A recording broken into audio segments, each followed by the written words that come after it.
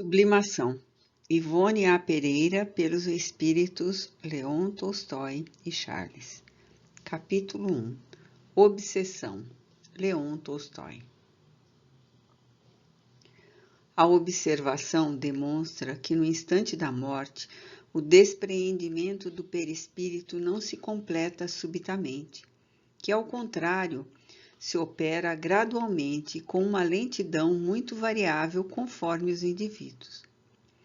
Essas observações ainda provam que a afinidade persistente entre a alma e o corpo em certos indivíduos é às vezes muito penosa, porquanto o espírito pode experimentar o horror da decomposição. Allan Kardec, O Livro dos Espíritos, parte 2, capítulo 3, questão 155. Kátia Andreevna tomou o papel das mãos da servente que lhe fornecera por bondade as ocultas da direção da casa. Agradeceu docemente com um Deus lhe recompense, mãezinha, proferindo um murmúrio, e pôs-se a escrever uma carta para uma amiga, Aglaida Petronovna, esposa de um entendido em coisas relativas a espírito e ao outro mundo, isto é, ao mundo das almas. A história passou-se numa herdade dos arredores de Smolensk, não longe de Moscou. Creio que pelo ano de 1907, mas a carta foi escrita do quarto particular número 6 de um hospital de alienados de Moscou. Eis a carta.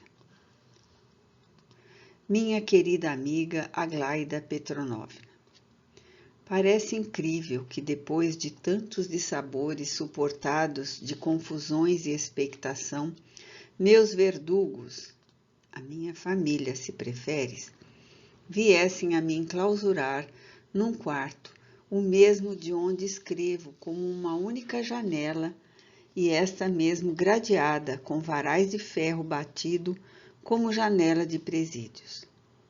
O ar aqui é úmido, pesado, cheirando a barro mofado, como todo local não visitado pelo ar puro do campo ou saneado pelos raios protetores do sol.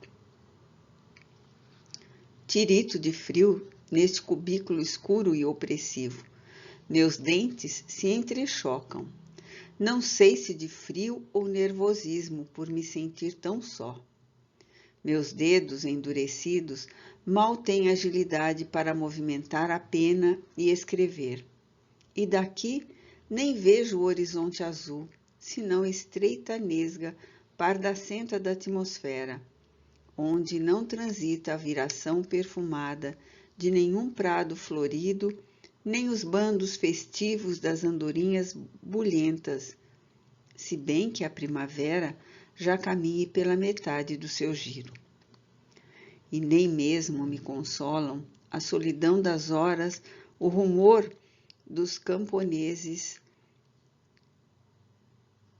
no labor das desciatines cultivadas, sequer o balir das ovelhas ou o mugir do gado, e tampouco o ladrar dos cães vigias, o grasnar dos gansos bravos e o riso saudável da criançada de nossa aldeia durante as correrias folgazãs.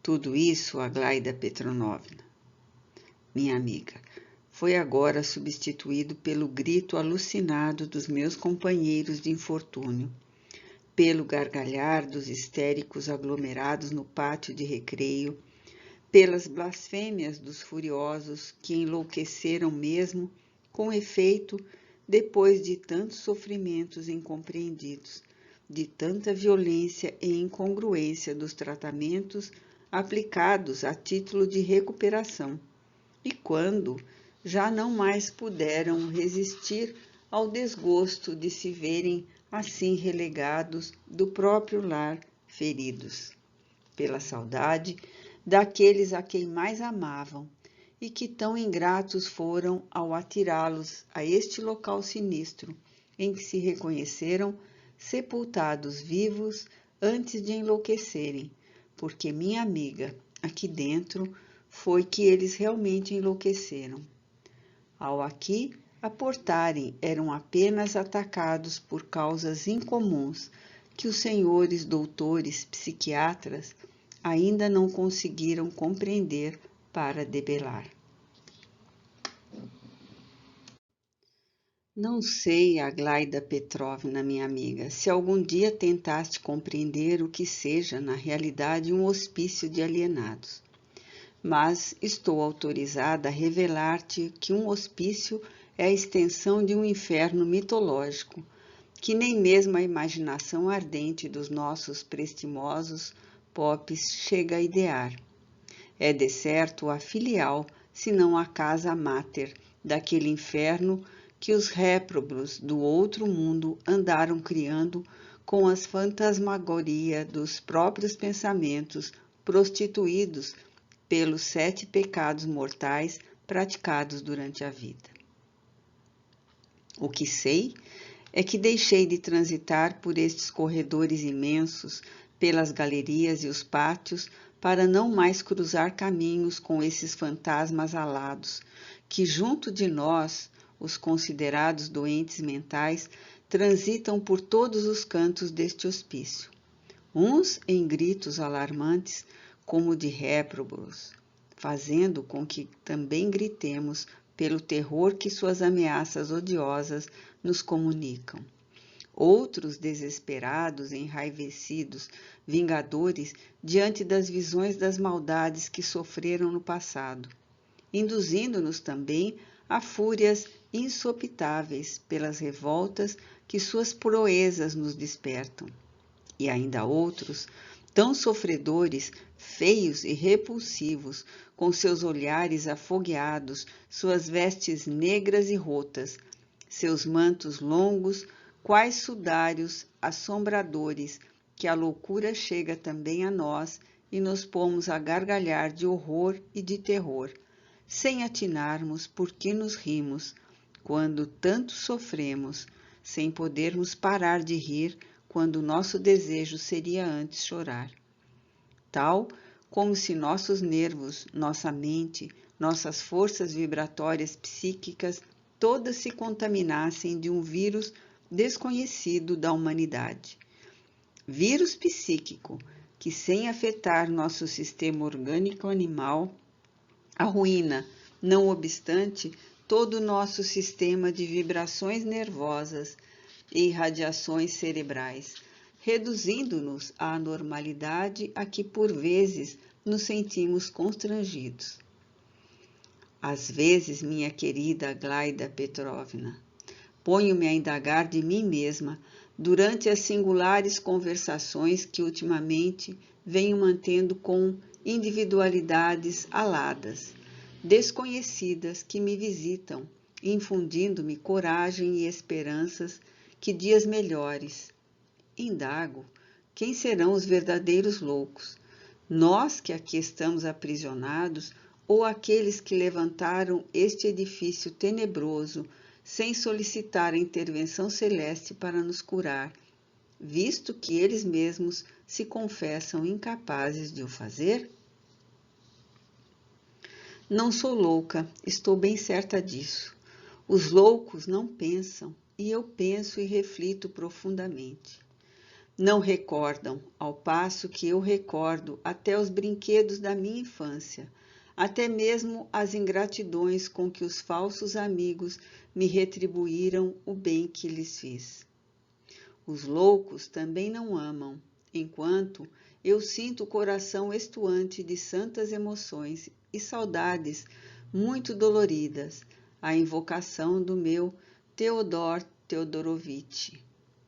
Em mim, o que se processa, segundo afirmam as individualidades aladas, que ultimamente, bondosamente me visitam, é um acontecimento estranho e belo, apesar de também dramático, o qual julgo desconhecido da maioria dos homens, pois jamais ouvi falar dele antes.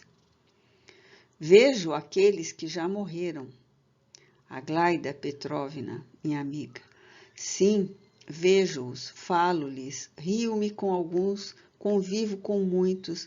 Nossa conversação é normal, embora não agradável, conforme o caráter do interlocutor. Mas ninguém acredita que eu possa realmente fazer e declaram-me louca. Internaram-me nesta cela justamente por esse motivo, não obstante eu saber que não sou absolutamente louca como se supõe. Mas prevejo que enlouquecerei de indignação, de desconforto e assombramento se aqui me retiverem sem providenciarem meios legítimos para minha cura.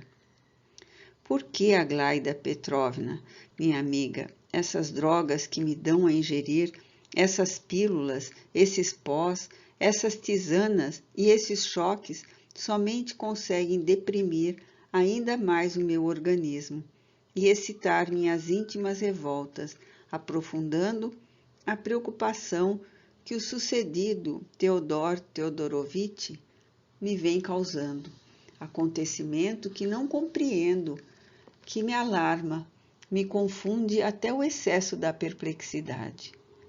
Eu quisera antes a prece compreensiva do amor, o consolo santo de uma invocação ao Criador em prol do que sucede a mim e a Teodor, pois reflito que se tantos luminares da ciência me não podem curar do que sinto, será porque não sou doente.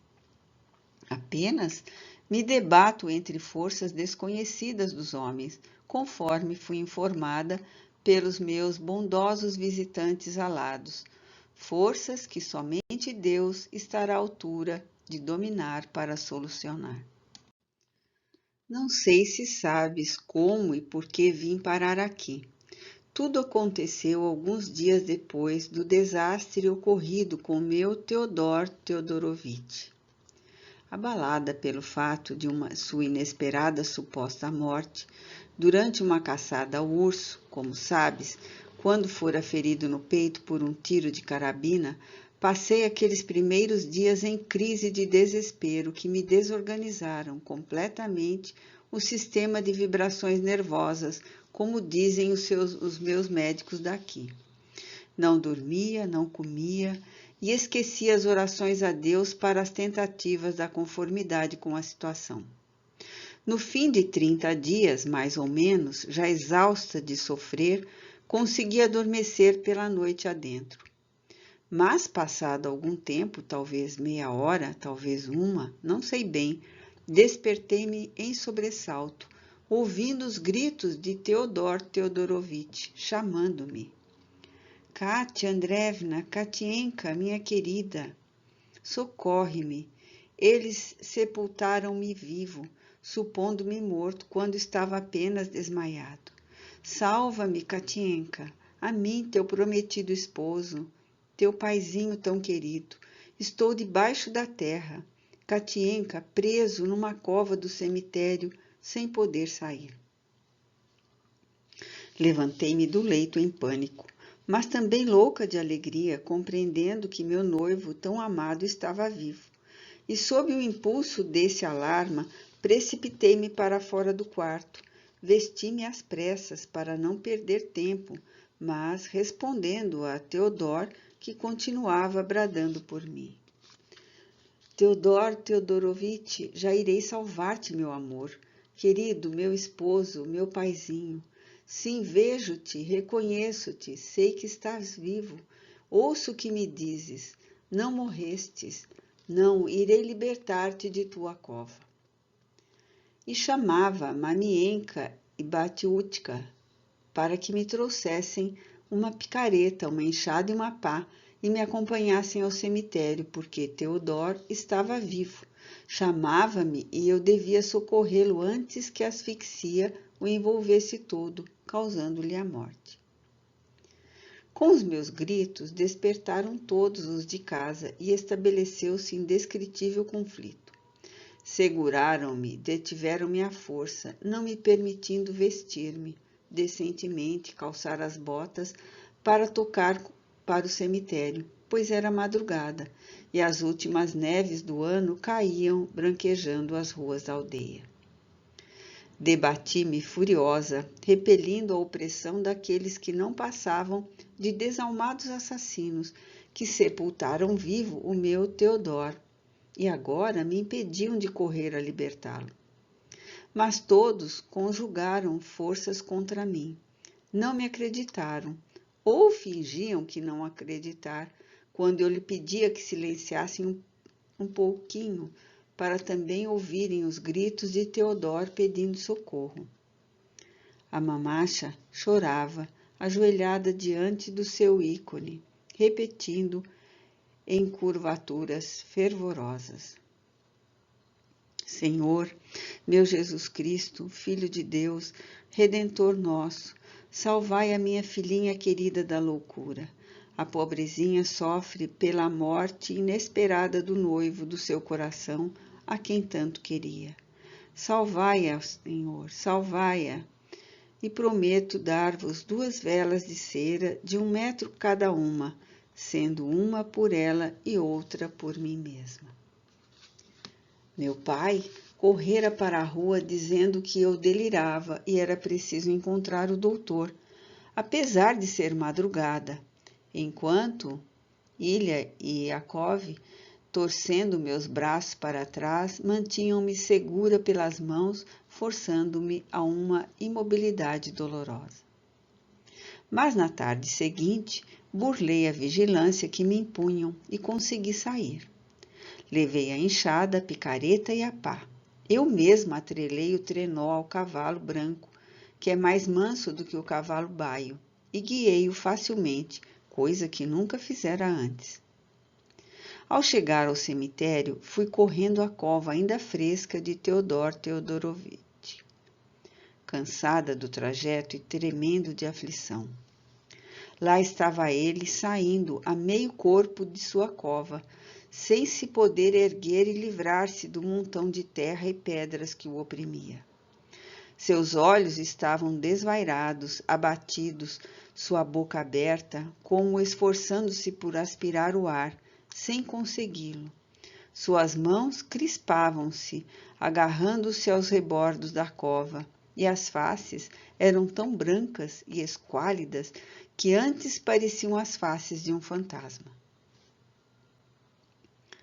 Socorre-me, Katienka, salva-me, sufoco, abafo debaixo dessa terra. Estou vivo, minha querida, e sou teu. Não me reconheces mais?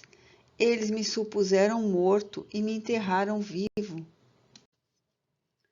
Não trepidei. Era preciso mostrar-lhe que o reconhecia e continuava amando-o. Comecei a cavar a fim de libertá-lo, louca de alegria por encontrá-lo vivo, e para acalmá-lo e infundir-lhe ânimo, enquanto retirava a terra, punha-me a falar-lhe naquele momento decisivo para nossas vidas, como nosso fraseado habitual.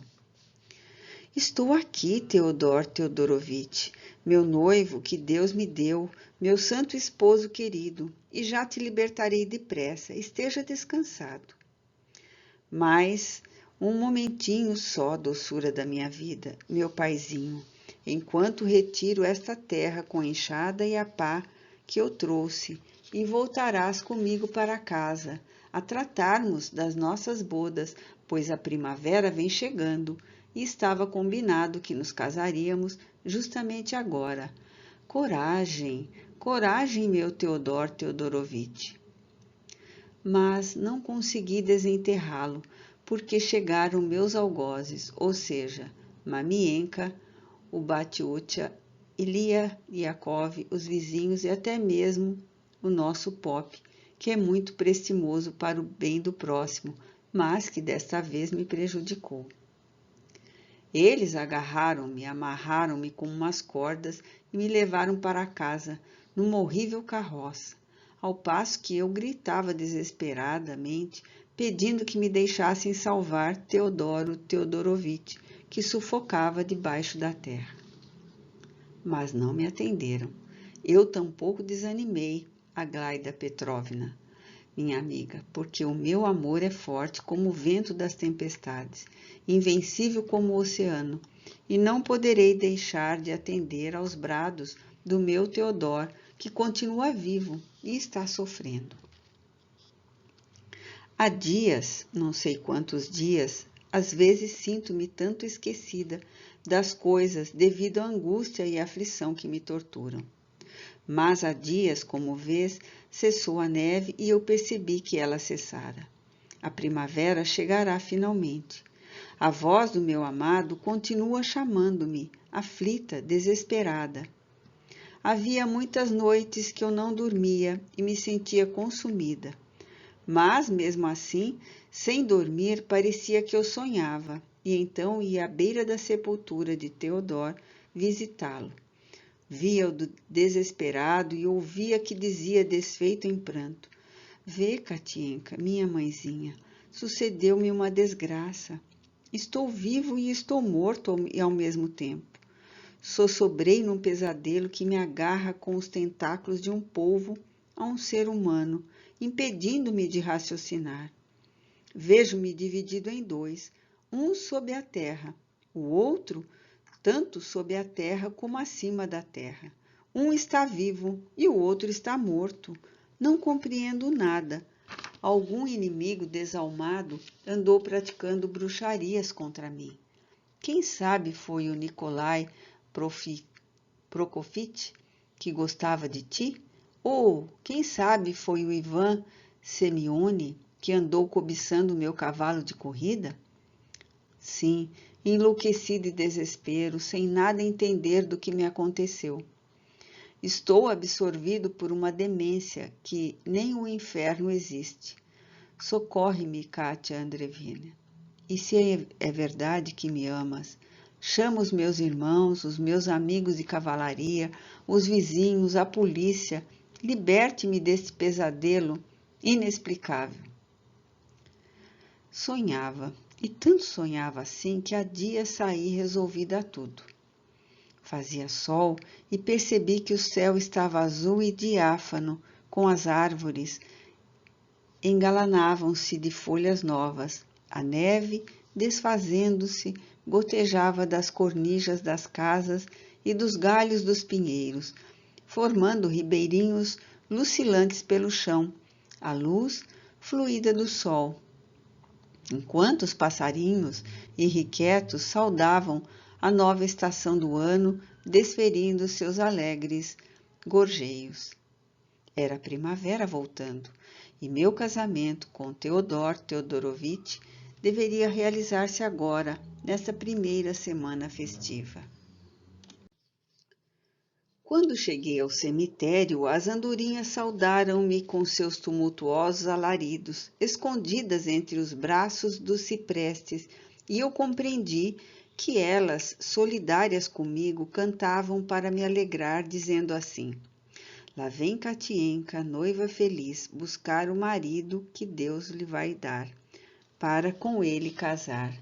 É Teodoro Theodorovitch, altivo e garboso, capitão de cossacos, destro e valente, louro e bonito, corado, risonho, o melhor cavaleiro do Don de Tula e do Volga. Kátia e Theodor vão se casar no tempo das flores, do riso e das festas. Sejam felizes, Kátia e Theodor, mulher e marido, marido e mulher. Que Deus abençoe. Sejam ditosos, que o céu abençoe sua vida e seu lar. Meu santo esposo, que Deus me ia dar, chorava inconsolável, coitadinho, sentado sobre um montão de terra e pedras da própria cova, com as mãos tapando o rosto, como um pobrezinho sem pão nem família, já sem forças para gritar e falar, queixando-se de sono e fadiga. Chamei-o. Theodor Theodorovitch, meu santo amor, vamo-nos, vim buscar-te. É tempo das nossas bodas. Prometeste casar comigo, agora na primavera. Não ouves a saudação das andorinhas? Mas, inexplicavelmente, meu santo amor que Deus me deu replicou: Não, Kátia Andreevna, Mãezinha adorada, não posso ir contigo, não vês também? Não me posso desgarrar daqui. Estou atado ao outro e ao outro eu mesmo, que aqui está sufocado e miserável, e não me desapego dele. Que fazer, Kátia Andreevna? Minha querida, que fazer? Não posso me ir casar contigo. Pus-me então a cavar como da outra vez, a cavar, para também ver o que se passava debaixo da terra e que eu não compreendia e que poderia ser e assim libertar Theodor.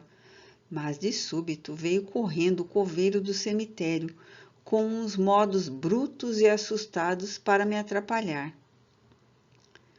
Que fazes aqui, Kátia Andreevna? Estás louca, menina inconformada com a sorte? Não podes fazer isso. Dá-me essa enxada. Onde a encontraste? Esta enxada é minha e eu não quero dar-te. Preciso socorrer o santo esposo que Deus me quer dar. Ele está vivo. Discutimos. Pedi-lhe que me ajudasse em vez de me insultar com aquele palavreado, pois eu precisava libertar Teodoro Teodorovitch. Onde estava ali, que estava ali chorando, mas que também estava atado lá embaixo, no outro ele mesmo, conforme me explicava.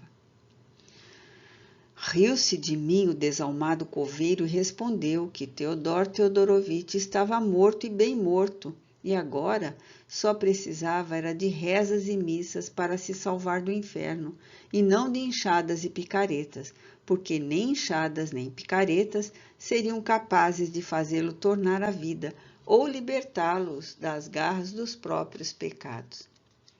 Revoltei-me contra o insulto.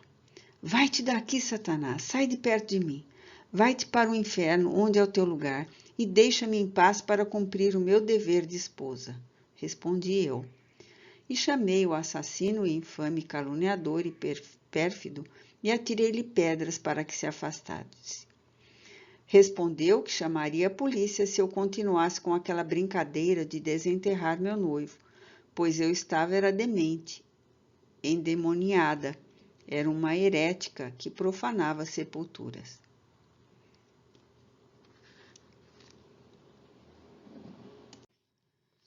Então, Aglaida Petronovna, minha amiga, uma nuvem rubra de sangue perpassou pelos meus sentidos, ofuscando-me a razão. Odiei aquele guarda com todas as fúrias do meu coração exasperado. Avancei para ele repentinamente e bati-lhe na cabeça com a enxada várias vezes. Ele caiu e o sangue jorrou da sua fronte ferida. O sangue mau dos insultos que me atirou. Pus-me a gritar desesperada, estarrecida diante do que fizera, sem saber ao certo por que o fizera e saí correndo. Mas já entravam muitas pessoas no cemitério, atraídas pelos meus gritos. Chegavam a Mamienka, a Batiutia, Ilia, Yakov, os vizinhos, e outra vez o Pop e mais 2 mujiks, que eu não conhecia, nem sequer sabia os seus nomes. Quiseram pegar-me, mas eu corria deles por entre as sepulturas e me livrava. O que todos eles queriam era a desgraça de Teodor Teodorovitch e a minha desgraça.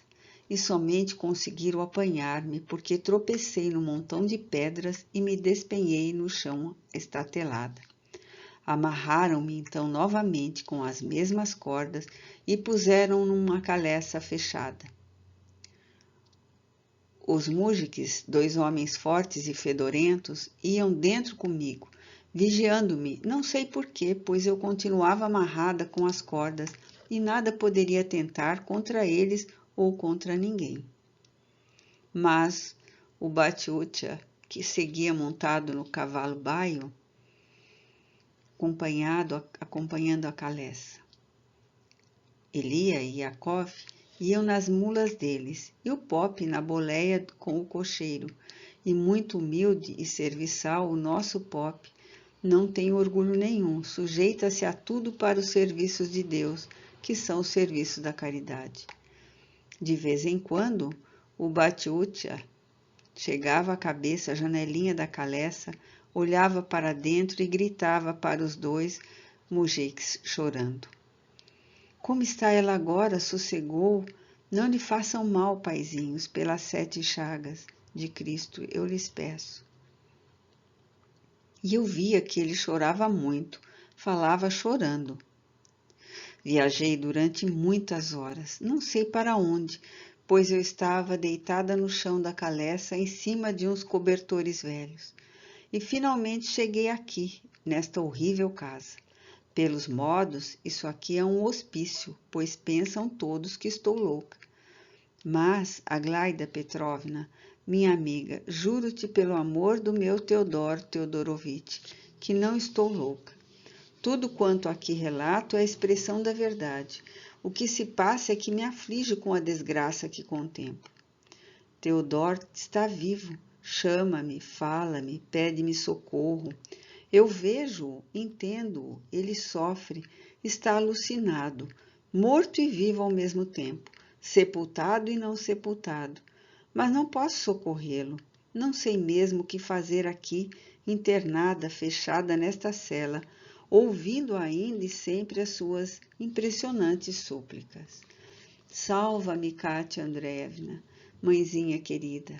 Eles julgaram-me morto, sepultaram-me, mas eu estou vivo e não posso despregar-me do outro eu mesmo que está debaixo da terra.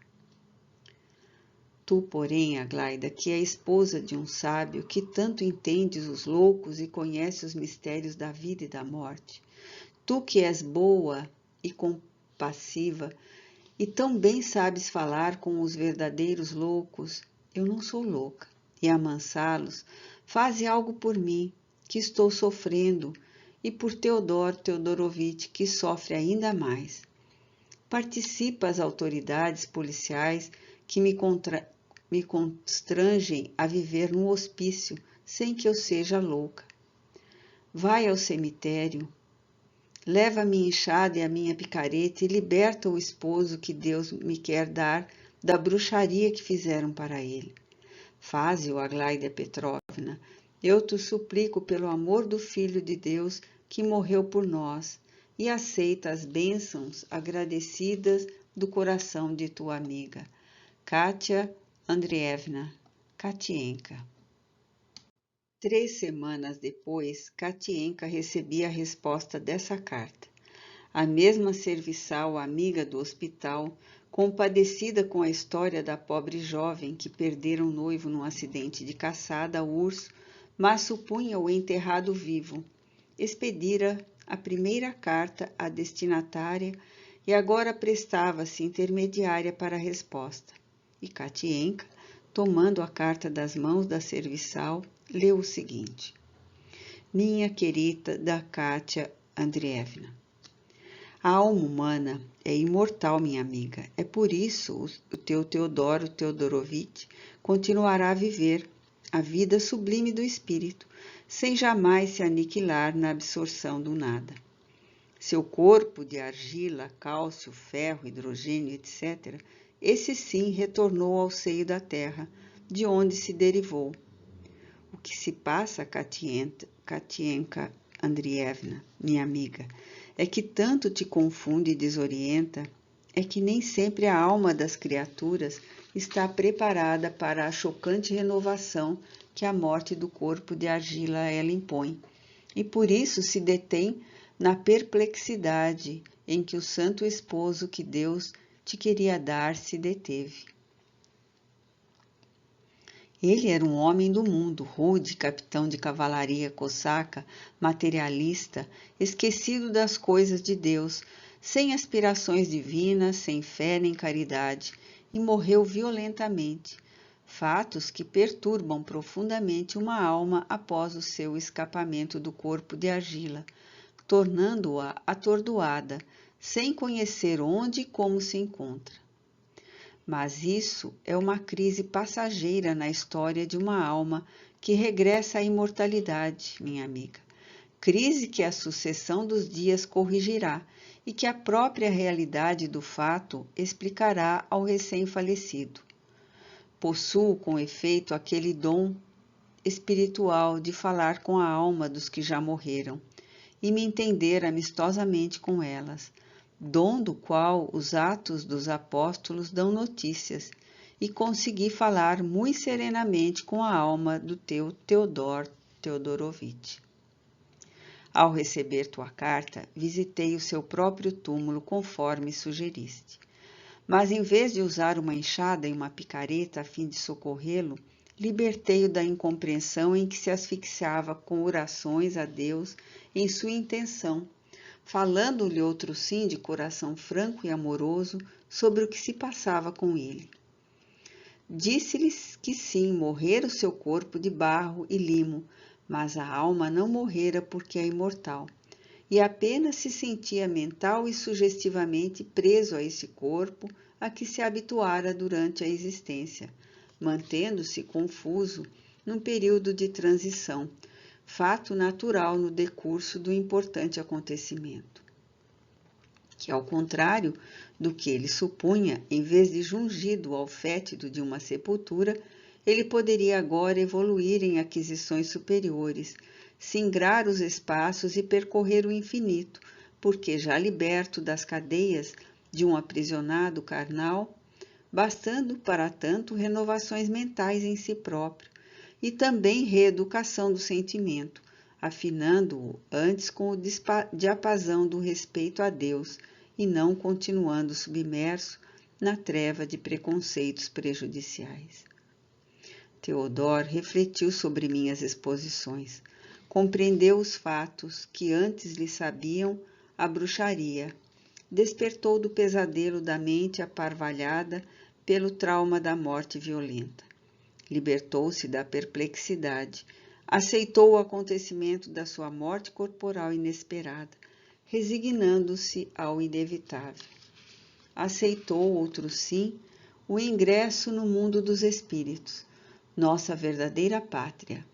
Riu-se da própria ignorância e acabou por se confessar encantado com a certeza que agora tem de possuir individualidade imortal como o próprio Espírito Divino.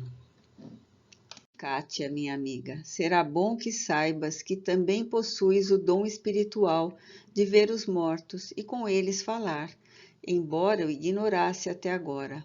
Dom que, não se encontrando ainda devidamente estudado e cultivado na tua personalidade, desvia-se para certas anomalias incomodativas, chocando-te nas presentes condições ao explodir das capacidades da tua natureza psíquica, sob o imperativo de uma impressão forte.